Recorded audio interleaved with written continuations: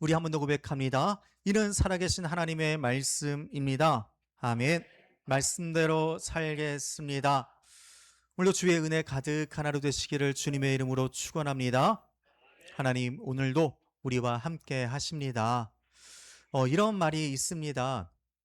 인간이 경험할 수 있는 유일한 죽음은 다른 사람이 대 죽음이다라고요. 누군가의 죽음 앞에서 자신을 돌아보게 되는데 장례식장에서 기억되어지는 건 그 사람이 어떠한 삶을 살아갔는가일 겁니다. 자, 우리는 누군가에게 어떠한 사람으로 기억되길 원하나요? 어떠한 사람으로 기억되고 싶으십니까? 예수님이 12제자 가운데 가장 비극적인 마지막을 맞이한 제자가 있었습니다. 닮고 싶지 않은 사람, 가롯 유다.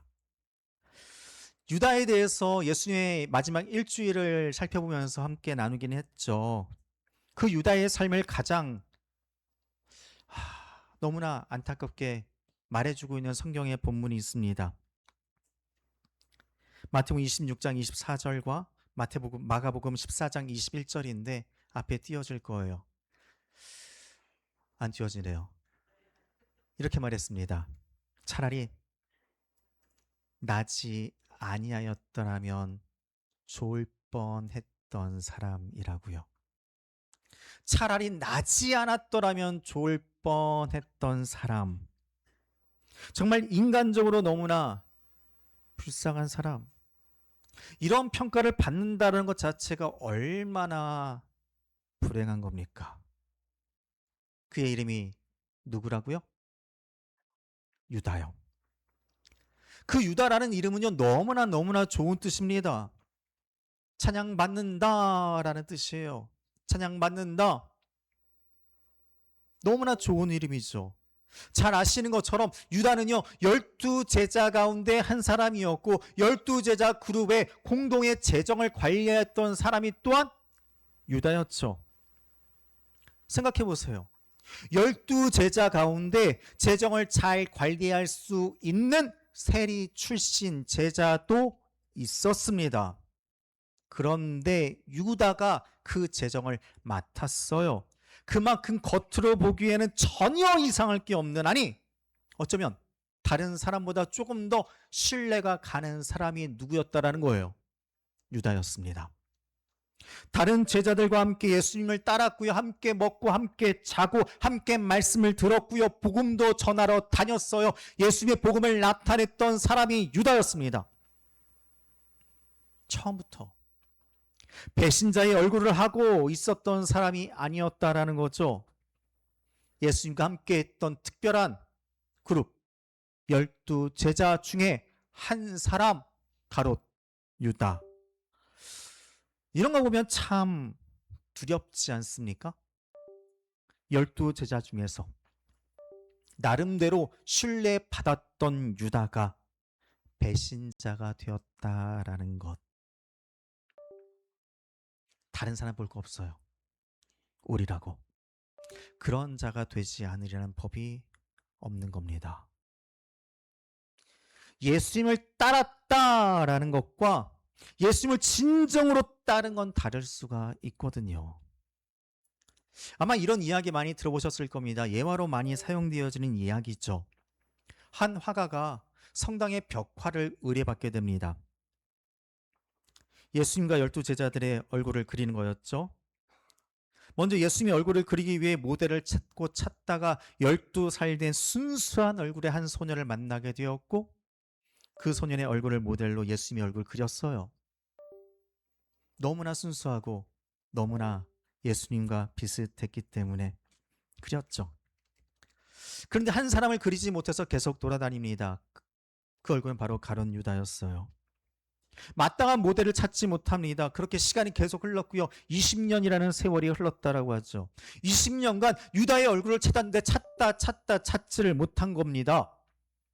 그러던 어느 날 길거리에서 술에 취해 쓰러져 있는 한 사람을 보게 됐는데 그 얼굴을 보는 순간 그는 유다의 얼굴이 떠올랐대요. 그래서 화가는 그 사람에게 모델을 제시했잖아요. 그런데 그 남자가 그 화가를 보며 했던 말, 혹시 저를 기억하지 못하십니까? 화가는 알아보지 못했습니다. 그러자 그 남자 이렇게 말했잖아요. 20년 전 당신의 모델을 했던 사람이 바로 저였습니다. 20년 전 예수의 얼굴을 그릴 때 모델이 되었던 바로 그 사람이 그 얼굴이 변한 거예요. 물론 이 이야기가 실제 있었던 일인지는 확인되지 않습니다. 근데 중요한 질문은 우리에게 던져주죠. 겉으로 보이는 모습만이 그 사람이 전부는 아니다. 그리고 더 중요한 건 우리 자신도 끊임없이 자신을 돌아봐야 된다. 예수의 얼굴을 했던 사람이 시간이 지난 후 유다의 얼굴을 할 수도 있는 거니까. 나는 지금 예수를 따르고 있는 것인지 아니면 예수를 통해 내가 원하는 것을 얻으려고 하는 것인지 돌아봐야 돼요. 왜냐하면 유다가 그랬거든요. 유다를 보면 너무나 안타까워요. 그는 예수님의 말씀을 들었지만 예수님의 말씀을 들으며 자신의 생각을 바꿔야 되는데, 자신의 마음을 바꿔야 되는데 전혀 바꾸려 하지 않았습니다. 처음엔 예수님을 오해했을지도 몰라요. 그는 예수님을 따르며 자신의 꿈을 이루기를 원했습니다. 자신이 바라는 게 있었거든요. 가룟 유다가 꿈꿨던 건 뭐냐면 예수님의 능력으로 이 세상을 바꾸어 놓는 것이었어요. 이 세상을 바꾸고 싶었습니다. 로마로부터 이 땅을 구원할 메시아, 이 세상을 바꾸고 싶었던 유다였어요. 그렇기 때문에 예수님이 예루살렘에 들어가실 때 백성들은 외쳤잖아요. 호산나 호산나 호산나 다윗의 자손이요, 호산나 호산나 외칠 때 유대의 기대감은 더욱 커졌을 겁니다. 아, 이제 그 꿈이 실현되는구나, 이룰 수 있겠구나. 그런데 예수님께서는요, 사람들이 기대했던 그 길이 아니라, 힘의 길이 아니라 십자가의 길을 가겠다라고 이상하게 말씀하시는 거예요. 유다의 마음은 너무나 답답했죠. 이제 그 길을 걸어갈 때가 됐는데, 이제 예수님이 일어서시기만 하면 되는데 라는 생각을 했을 겁니다.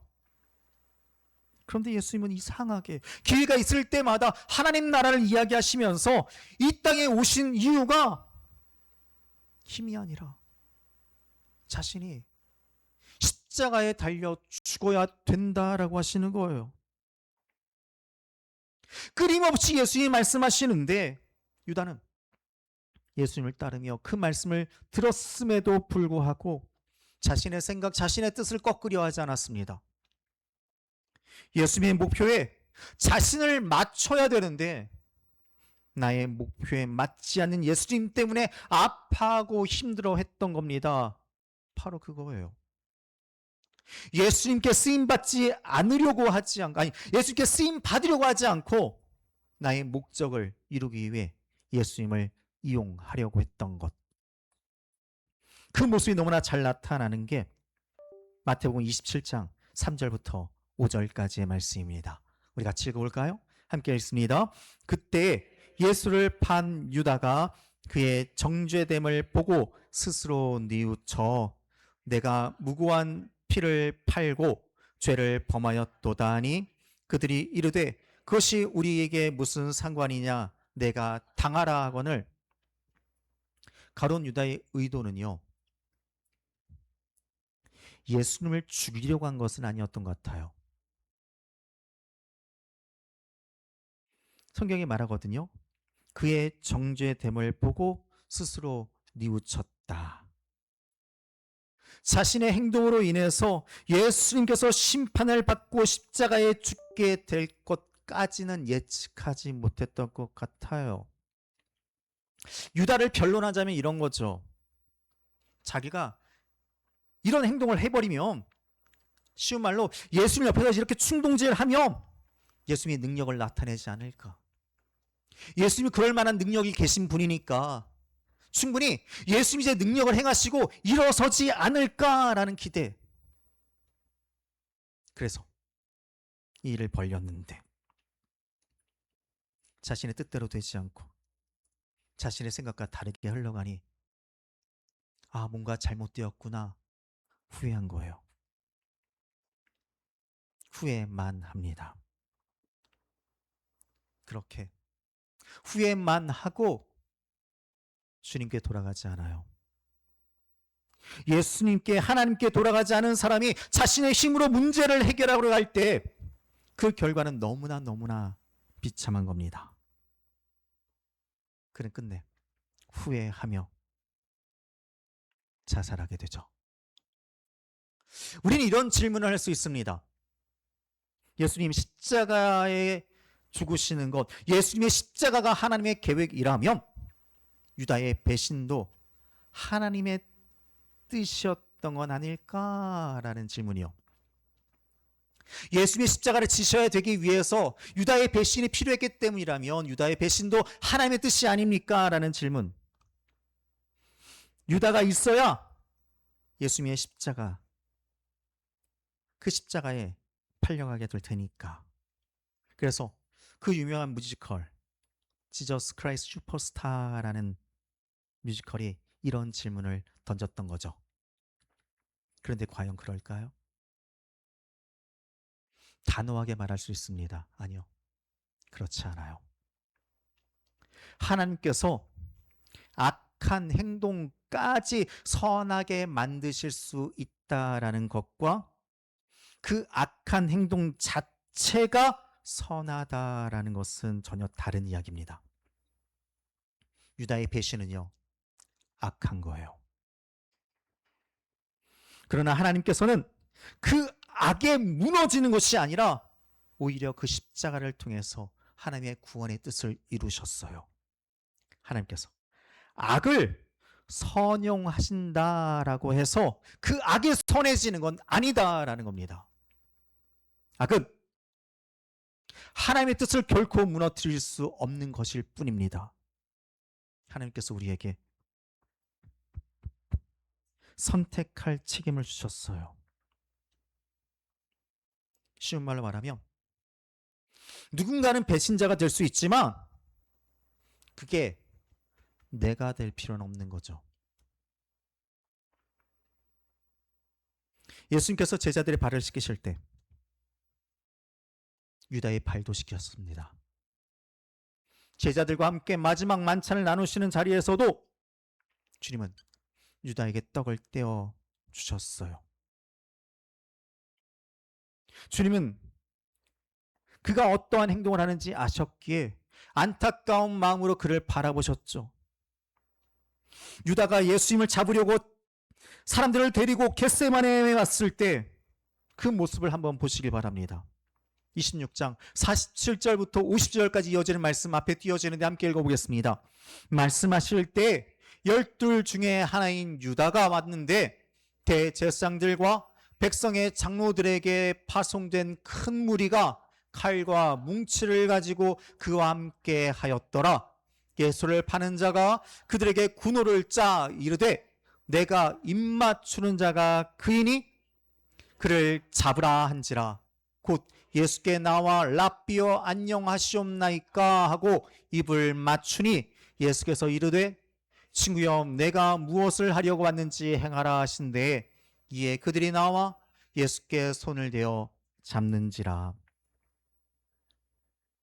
이 모습을 보면 참 가증스럽지 않나요? 모든 계획을 짜고 예수님께 다가왔습니다.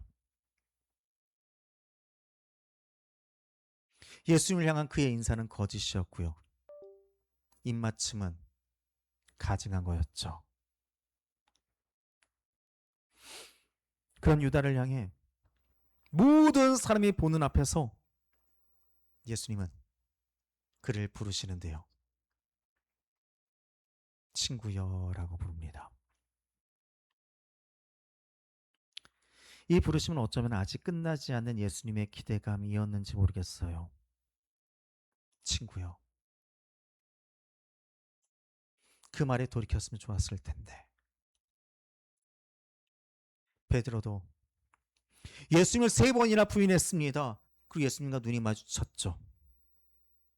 통곡하며 후회했습니다. 그리고 돌아왔어요. 자신의 잘못을 알게 되었을 때 베드로는 너무나 부끄러워서 밖으로 나가 통곡했습니다. 그 통곡에는 후회가 있었죠. 유다에게도 후회가 있었습니다. 그러나 후회가 회개가 되지는 않았어요. 후회는 내가 잘못했다라는 사실을 바라보는 겁니다.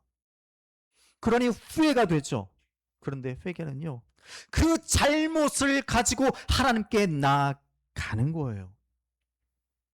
유다는 은30을 돌려주었습니다.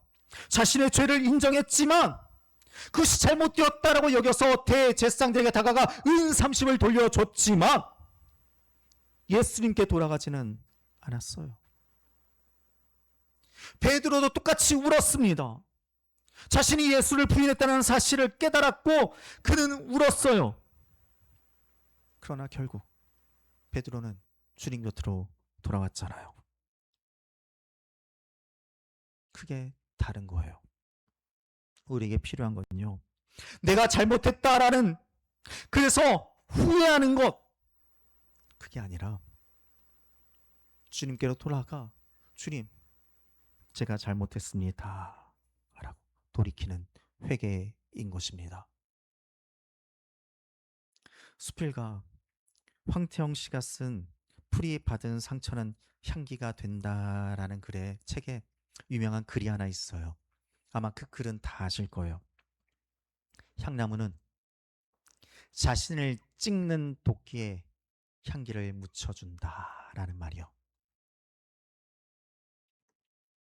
참 의미 있는 말인 것 같아요.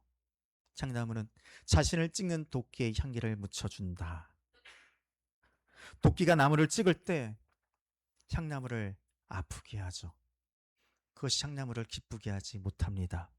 그런데 향나무는 자신을 찍는 그 도끼에 독을 묻히는 것이 아니라 향기를 남긴대요. 우리도 그렇습니다. 우리가 무엇을 품고 살아가는지 결국 상처와 실패의 순간에 드러날 거예요. 배신을 당할 수도 있고요. 억울한 일을 당할 수도 있고 상처를 받는 날이 오죠. 그런데 결국 우리 안에 무엇이 있는지는 그 순간에 드러나게 된다는 겁니다.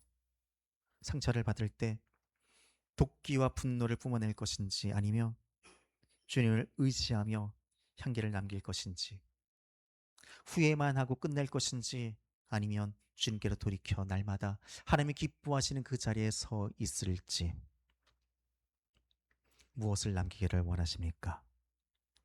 간절히 원하기는 상처와 분노만 뿜어내는 자가 아닌 그리스도의 향기를 묻혀줄 수 있는 내가 되기를 원합니다. 우리 속에 무엇이 있는지 다시 한번 돌아보자고요. 정직하게. 유다의 비극은 죄가 없었던 사람이 죄를 지었다는 데 있지 않아요. 죄를 지은 후에 주님께로 돌아가지 못했다라는 데 있습니다. 우리도 실패할 수 있고요. 넘어질 수 있고요. 아파할 수 있고 주님을 실망시킬 수도 있어요. 그런데 그게 끝이 되어서는 안 되는 거죠. 후회해서 멈추고 넘어지는 자가 아니라, 거기서 끝내는 자가 아니라 주님께로 돌이킬 수 있는 자, 주님을 바라보는 자가 바로 우리가 되어지기를 원하는 겁니다. 상처와 분노가 우리 안에 독으로 남지 않도록 날마다 주님께 나아가자고요. 내 힘으로 다 해결하지 말고 주님 바라보며 주님께 내어 드리시길 바랍니다. 그래서 우리의 찢긴 상처에도 향기가 남고 우리의 삶이 주님의 기쁨이 될 수 있도록 날마다 걸어가는 그리스도인, 여기에 모인 우리 모두가 되기를 주님의 이름으로 축원합니다. 우리가 바로 그 사람이 되기를 간절히 소망합니다. 기도하겠습니다.